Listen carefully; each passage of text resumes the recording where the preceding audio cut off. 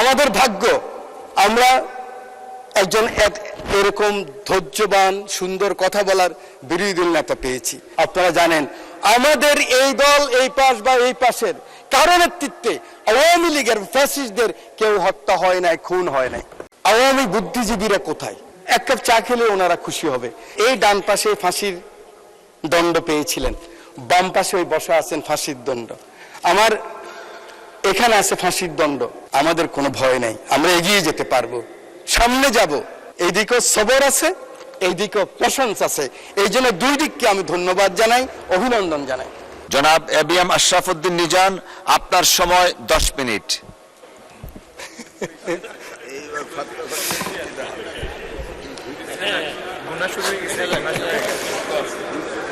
আউযু বিল্লাহি মিনাশ শাইতানির রাজিম। বিসমিল্লাহির রহমানির রহিম। মাননীয় স্পিকার, আপনাকে ধন্যবাদ। আমি সর্বপ্রথমে আপনাকে জানাতে চাই, হাউসকেও জানাতে চাই, সারা বাংলাদেশের 18 কোটি মানুষকে জানাতে চাই, আমাদের 71, আমাদের 90 এবং আমাদের রক্ত ভেজা এই সেদিন ঘাসের মধ্যে এখনো লেগে আছে জুলাই বিপ্লব। এই বিপ্লবে যারা আত্মাহুতি দিয়েছেন তাদের সকলের আত্মার মাগফিরাত কামনা করি।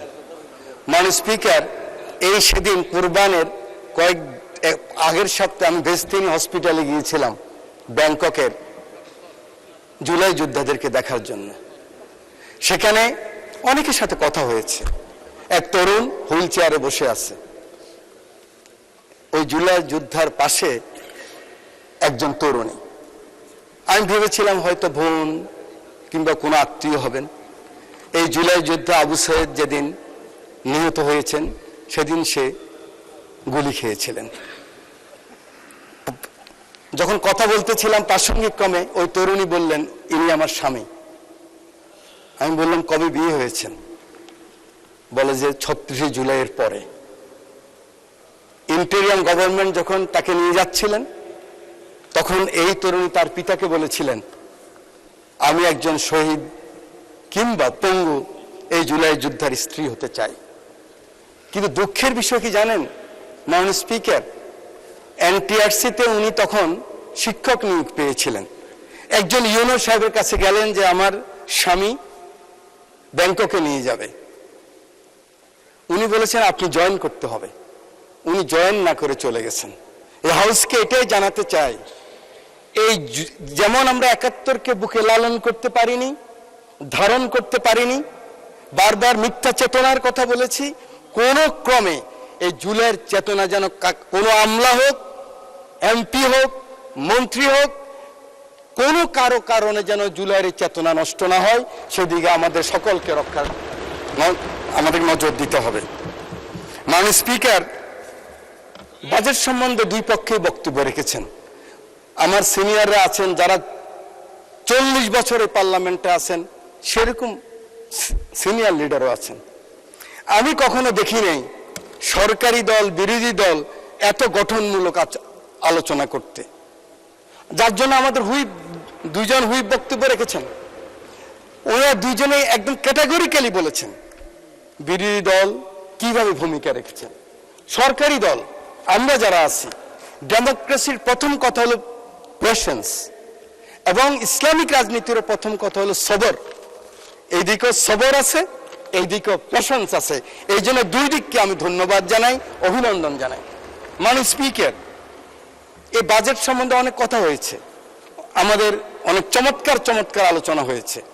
আমি যেটা বাজেট বুঝি, যেহেতু আমি ইকোনমিক্সের ছাত্রও নয়, আমি বাজেট সম্বন্ধে কোনো গবেষণা করি নাই, সেই লাইনে বক্তৃতা দিতেও আসি নাই। আমি এসেছি আমার মানবিক প্রধানমন্ত্রী, যিনি হাউসের নেতা, তিনি কিন্তু এই পাশের নেতা নয়, তিনি দুই পাশের নেতা। বিরোধী দলের নেতা, তিনি এই পাশের নেতা।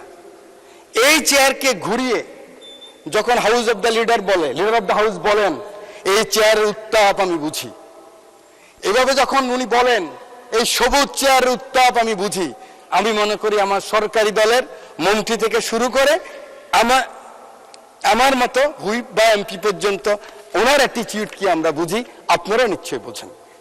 উনি যখন বলেন ৩৬ জুলাইয়ের পরে ৩৭ জুলাইতে উনি যখন পল্টনের জনসভায় বলেন,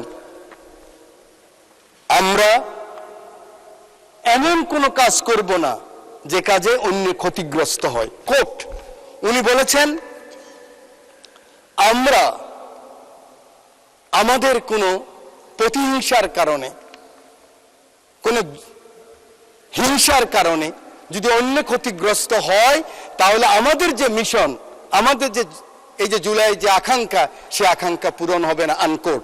সেদিনই বাংলাদেশের বিএনপি এবং জোটের এবং আমরা যারা আছি সবাই আমরা বুঝে গিয়েছি আমরা কি চাই।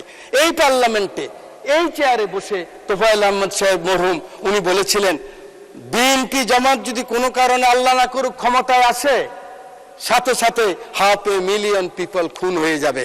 আপনারা জানেন আমাদের এই দল এই পাশ বা এই পাশের কারো নেতৃত্বে আওয়ামী লীগের ফ্যাসিস্টদের কেউ হত্যা হয় নাই, খুন হয় নাই।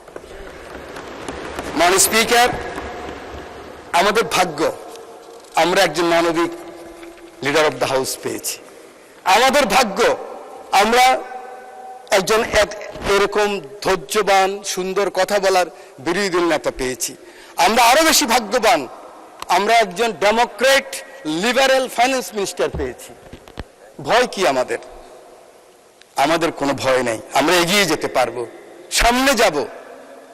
শুধু আমাদের প্রয়োজন আমরা ঐক্যবদ্ধ আছি কিনা, জাতীয় ঐক্যের ব্যাপারে আমরা একমত আছি কিনা, আমাদের সভরেন্টির ব্যাপারে, স্বাধীনতার ব্যাপারে, সার্বভৌমত্বের ব্যাপারে আমরা একমত আছি কিনা। এখানে যদি থাকি কোনো অপশক্তি আমাদেরকে নিঃশেষ করতে পারবে না, ধ্বংস করতে পারবে না। মাননীয় স্পিকার, মাননীয় স্পিকার, আমি শুধু বলতে চাই এই সংসদে আমরা যারা এসেছি 300 জন আমরা ভাগ্যবান। আমাদের নারী সদস্য এসেছে 50 জন, সবাই মিলিয়ে আমরা ভাগ্যবান। কিন্তু আমাদেরকে গত 17 বছর যারা বুদ্ধি দিয়ে, যুদ্ধ দিয়ে, অ্যাক্টিভিজম করে, হিউম্যান রাইটস করে, ওনারা অনেকেই তো আসতে পারেন নাই। ওনাদেরকে আজকে এই মহান সংসদ থেকে আমি অভিনন্দন জানাই, ধন্যবাদ জানাই। আমি একটি কথা বলতে চাই মাননীয় স্পিকার, আমার বারবার এই কথাটুকু মনে পড়ে, যেহেতু আন্দোলন সংগ্রামে আপনাদের সাথে ক্ষুদ্র কর্মী হিসেবে ছিলাম। আওয়ামী বুদ্ধিজীবীরা কোথায়? আপনারা কি মনে করেন ওনারা চলে গেছেন? ওনারা কিন্তু ওনাদের মনোজগতে এখনো সেই কথাই আছে। কিন্তু আমাদেরকে যারা সাহায্য করেছিলেন, এই এত লিমিটেশনের মধ্যেও যারা টেলিভিশনে কথা বলেছেন, বিবৃতি করেছেন, বক্তৃতা করেছেন, সেমিনার এসেছেন, সেমিনার আসতে ভয় পেতেন, আমি কিন্তু ওনাদেরকে ভাগ করে ফেলছি। আমি চাই যে ওনাদেরকে আমরা ডাকি, আমাদের লিডার অফ দ্য হাউসের কাছে আমরা নিয়ে আসি, এক কাপ চা খেলে ওনারা খুশি হবে, সেই ব্যবস্থা আমাদের সিনিয়র লিডাররা করবেন। মাননীয় স্পিকার, আমার এই ডান পাশে ফাঁসির দণ্ড পেয়েছিলেন, বাম পাশে ওই বসা আছেন ফাঁসির দণ্ড, আমার এখানে আছে ফাঁসির দণ্ড, আমার পিছনে আছে সালাউদ্দিন কাদের চৌধুরী সাহেবের ছেলে, মীর কাসেম আলী সাহেবের ছেলে, মাননীয় সংসদ সদস্য। আমরা যে বেঁচে আছি এটাই তো বেশি। আমাদের মাননীয় হুইপ মিয়া নুরুদ্দিন অপু রকিবুল ইসলাম বকুল বলেছিলেন,